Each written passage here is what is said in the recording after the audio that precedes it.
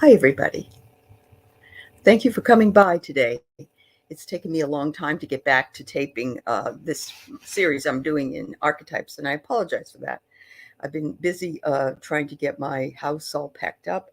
I'm down here amidst 100,000 boxes, and so I'm kind of in a disheveled situation. So I apologize for not being able to finish it. I wanted to do it justice, and I wanted to make sure that I covered it all, and there was a lot to look at. And I'm only going to be covering part of it, probably for the most part. Although the card of death is archetypal, and Jung has a lot to say about it and about the idea of death and how we look at it.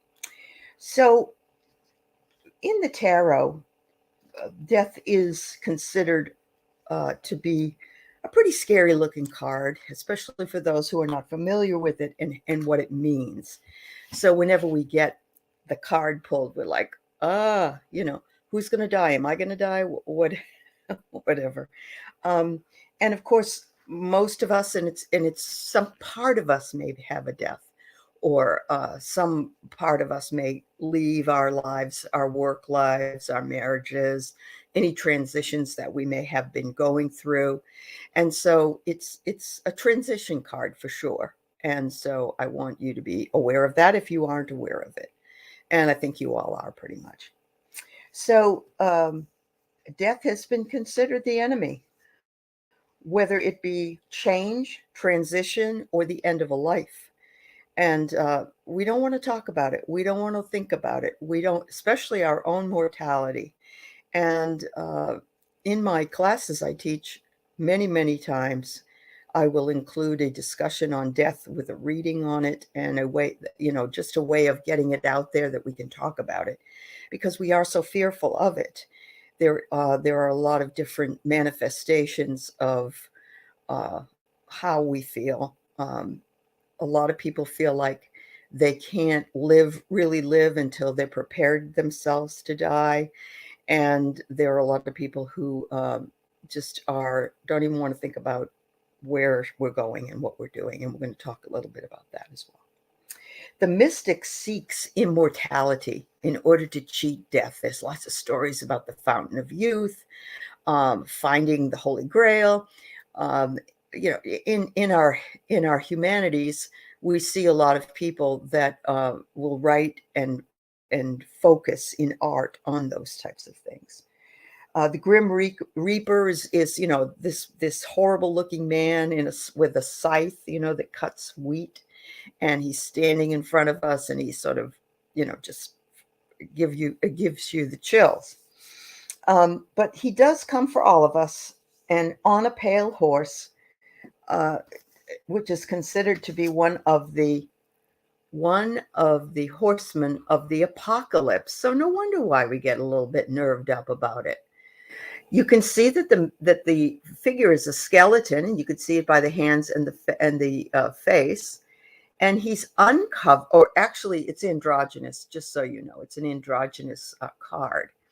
But this skeleton can't hide anymore. The flesh is not covering the body.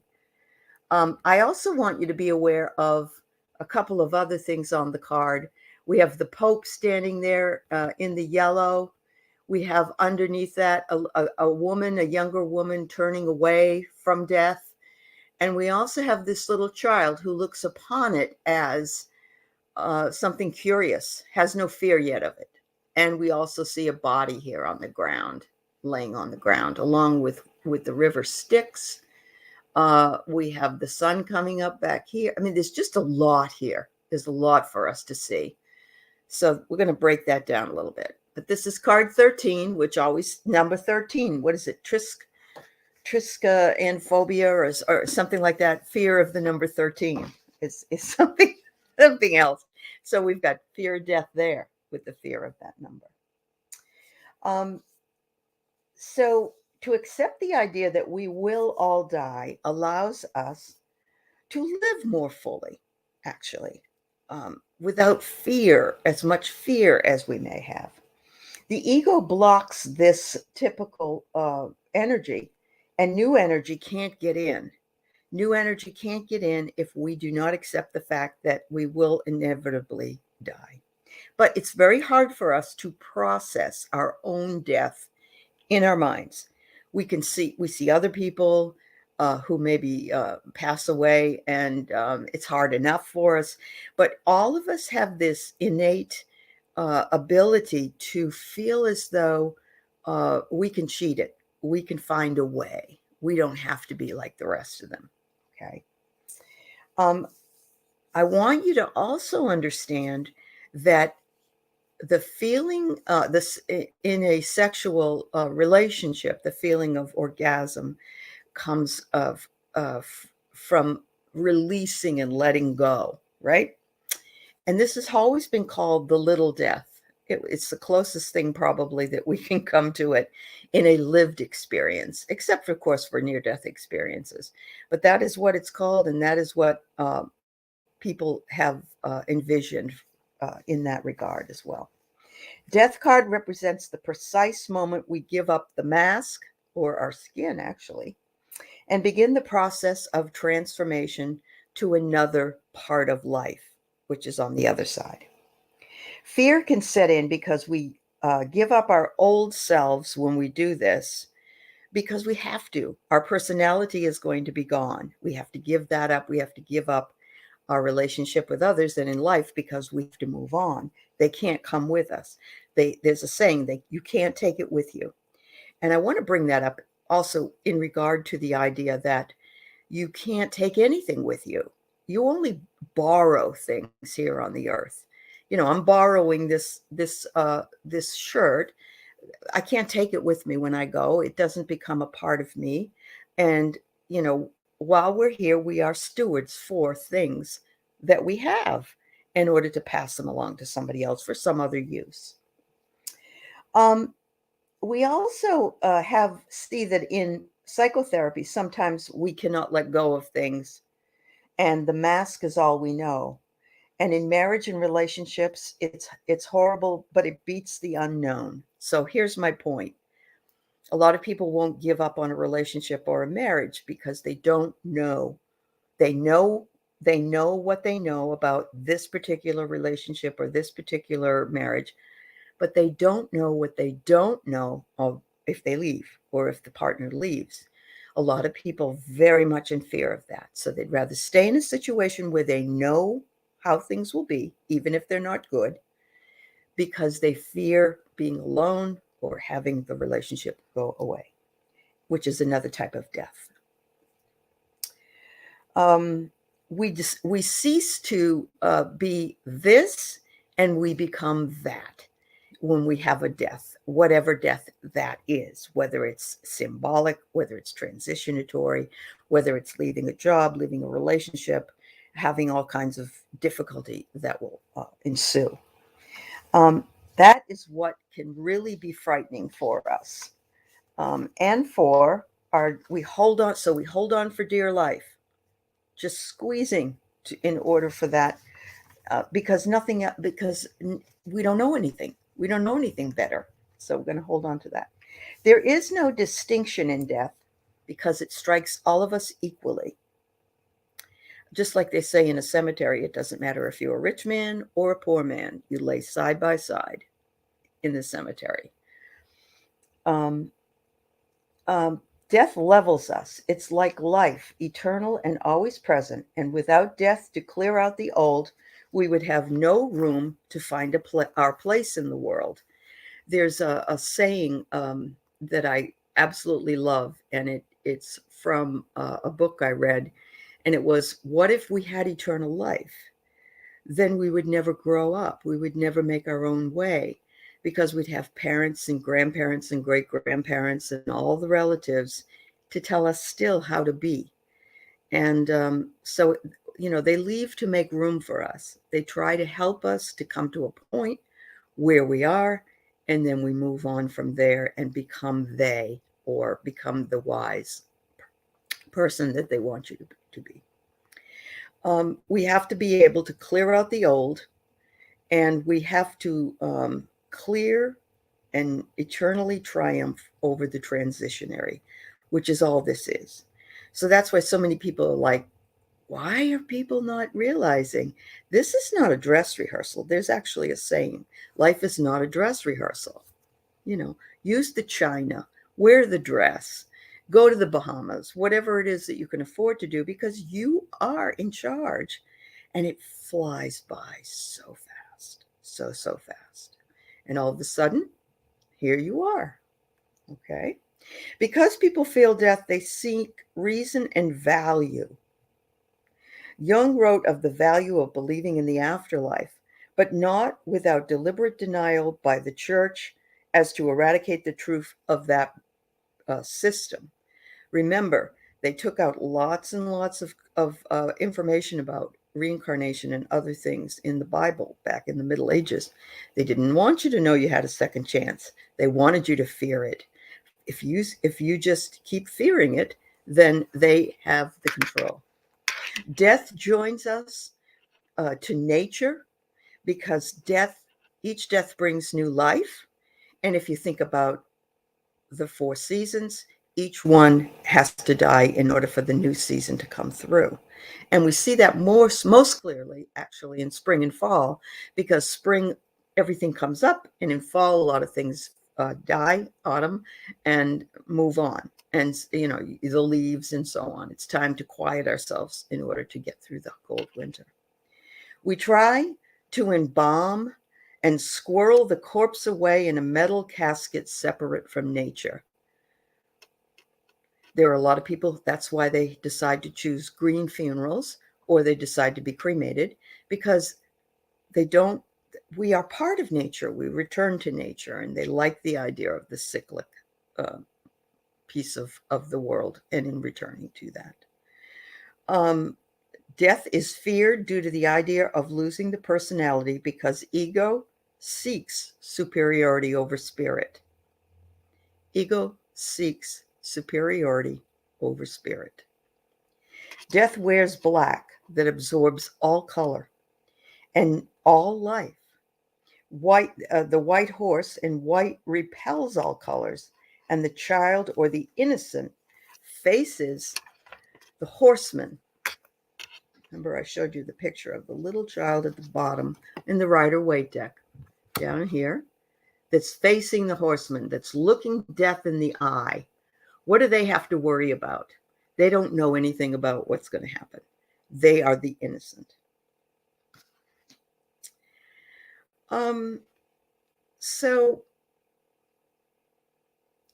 the elder knows it's coming and looks away. But back to the white. White is purity, and also nothing, no thing, nothing. N-O-thing, nothingness. The white rose on the flag is the desires purified as the ego dies.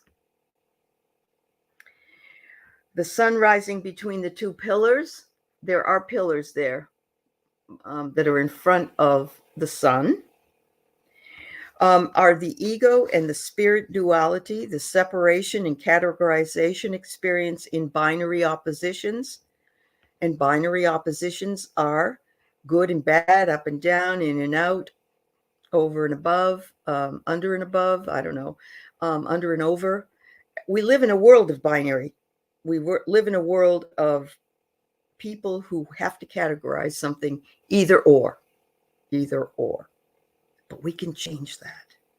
We can unify. We don't have to have a binary opposition. We've seen this over and over. It's a well-set pattern, however. Through death, we feel the radiant power of life. In other words, when we are dealing with death, or when we are dealing with people who have passed, we begin to think about our own lives in general, and maybe it takes that for us to do that. We fear change or death from the old self because we don't know what's next. We have some idea. We'd like to think we do. We've had people come back from the dead, so to speak, with near-death experiences, most recently within our lifetimes. But there's really nobody that's been there and then come back for any long period of time. The river flows through the middle of the card, as I said. behind the horseman. And this equals change and also eternity. The river flows eternally. The boat carries death through to the new life. And it's a number 13, which actually shortens to a number 4. We overcome our social selves, our personalities, and nature and life are inseparable, is the reminder. We are part of nature. It is our nature to live and die, live again and die, live again and die. And that's what the whole process of the reincarnation will bring us. A time of change is before us, but we fear change.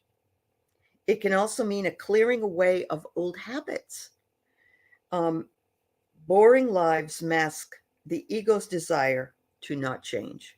So if you have a boring life, it sort of takes up the idea that, well, it's boring, but I think I'll just stick because I already know what I'm dealing with. Once again, we're dealing with that idea. I already know what I'm dealing with. I don't know what will happen if I change, so I'm going to stay the same. The card brings the idea of revitalization or renewal, like spring does, sporting buds outside, all the trees blooming and all the beautiful flowers coming in. The card of the skeleton, however, is very, very hard to accept. We fear skeletons. When I was growing up, my dad was in the medical field, and his uncle was a very distinguished doctor in New York. And he wanted my dad to become a doctor as well, but he couldn't go through all that medical school. So he ended up doing X-ray because it was World War II as well. But his uncle gave him a skull, a man's skull, a real skull. And it had hooks on it. You could open it and you could shut it and you could look inside the cavities and so on and so forth. It was a man who had given his body to science back in the 20th century, and who was born, and he was a German man that was probably born sometime in the 19th century.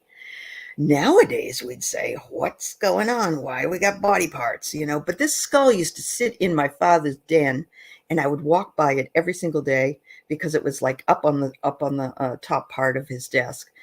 And I had to get over that. And I called him Herman. I had to make him a real person.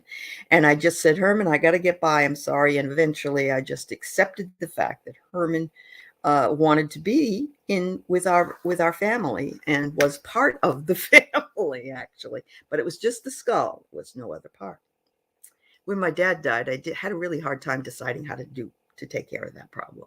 So that was a little hard on me. So we're a creature of conditioning as well. We all are so resistant to any change just in our everyday lives, those that we even consciously plan. We mourn our old ways, even those we did not enjoy. I really, or we look at those old ways or those old things that we had and we think, oh, life was better then. Reminds me of the MAGA movement. Make America Great Again. Well, I don't know that it was ever great. We always had our problems. And so for me, those words need definition. Absolutely. They need full definition. Is it make America more united again? Less adversarial? I don't think that's the point. Even bad habits have a comfortable home in us because our attachment is the reason we love to be attached to everything. People, pets, even our hair. Look at what happened with Jada Pinkett. She had to go through that because she had alopecia. She could put a wig on or she could just go bald. And losing that attachment to her hair was difficult for her. And when people teased her about it, obviously it created a big hubbub. All the while, things change and we move on and we mourn them. And they are outworn parts of our psyche that also need to be released and our ability to lose our self-identifying with the physical body is important, because if we only look at the wrinkles, if we only look at the white hair, if we only look at the yellow teeth, every time we jettison our old habits, we have a figurative death. So we have to have a death of identification with the ego as well, in a lot of ways. And the ego meaning personality in this case. Can you change that part of your personality? Is there a way that you can embrace a different way? We all hesitate to move into looking at our shadow, or those parts that we hide from others and ourselves.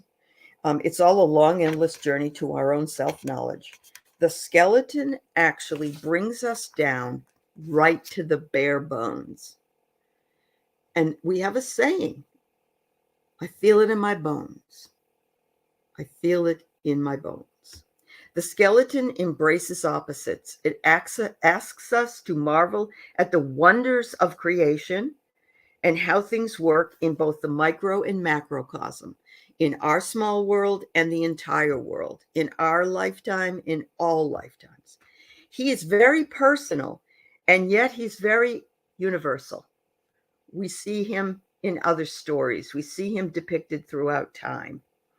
He hides usually beneath, because we do, beneath his flesh until he dies, and then he becomes more seen. Death, again, is an androgynous figure. It's neither man nor woman, because it is for us all. Death is usually whispered because it's so fearful of discussing.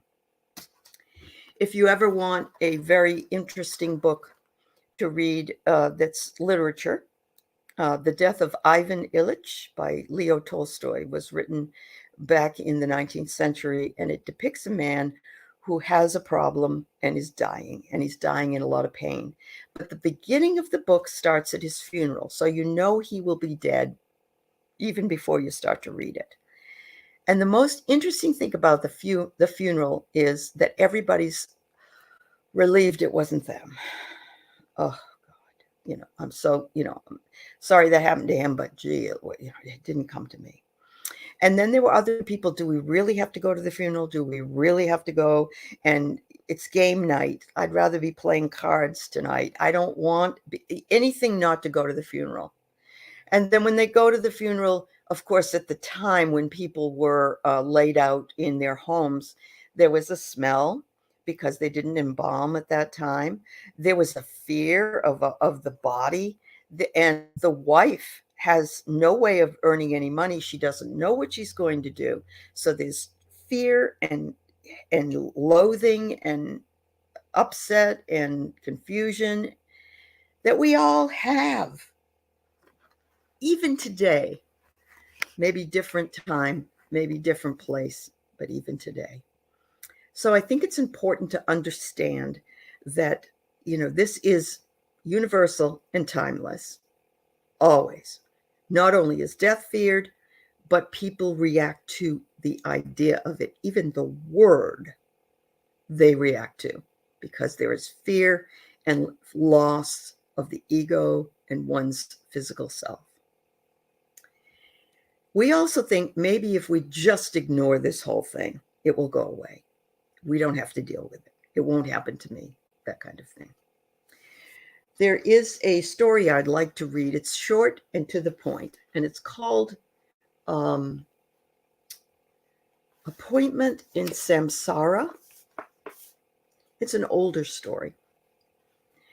A servant meeting the black-robed crone Death at the marketplace sees her make what seems to him a threatening gesture.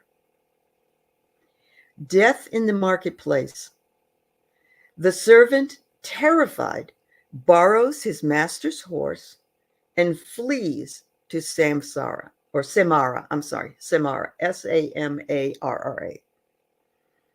That afternoon, the master confronts the crone in the marketplace and asks, "Why did you make a threatening gesture to my servant this morning?" Because he goes there and sees the image of Death there too. Death says, "That was not a threatening gesture." It was merely a start of surprise.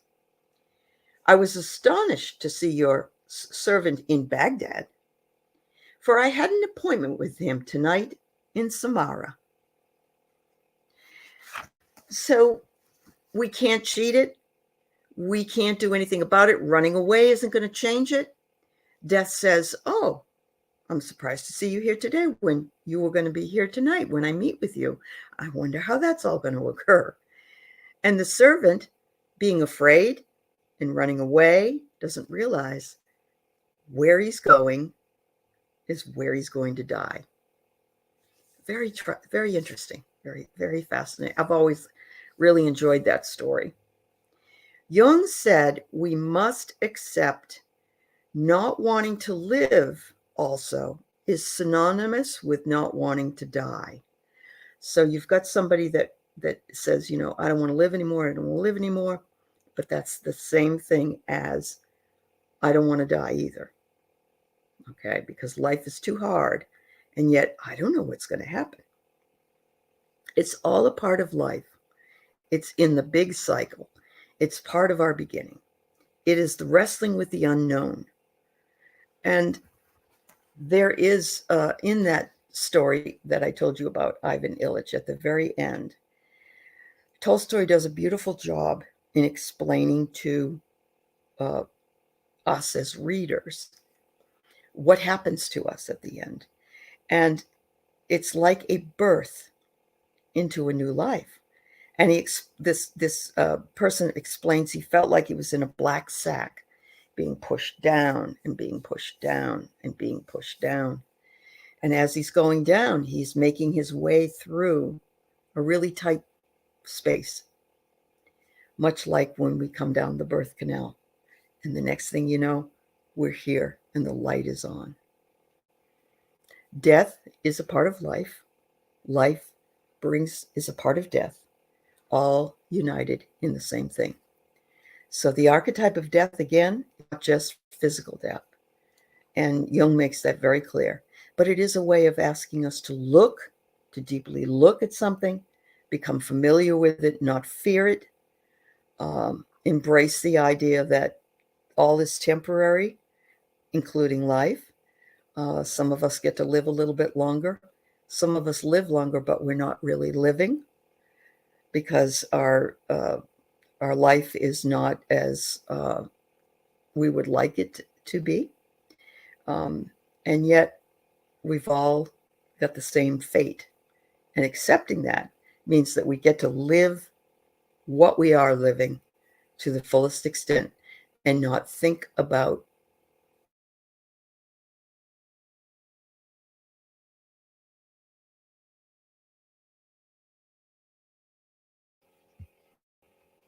I hope you have a really, really wonderful day. Don't let this bother you. Accept it, embrace it, and know you are dearly loved. I'll try to get back quicker for my next card. Thank you so much for being patient. Bye-bye.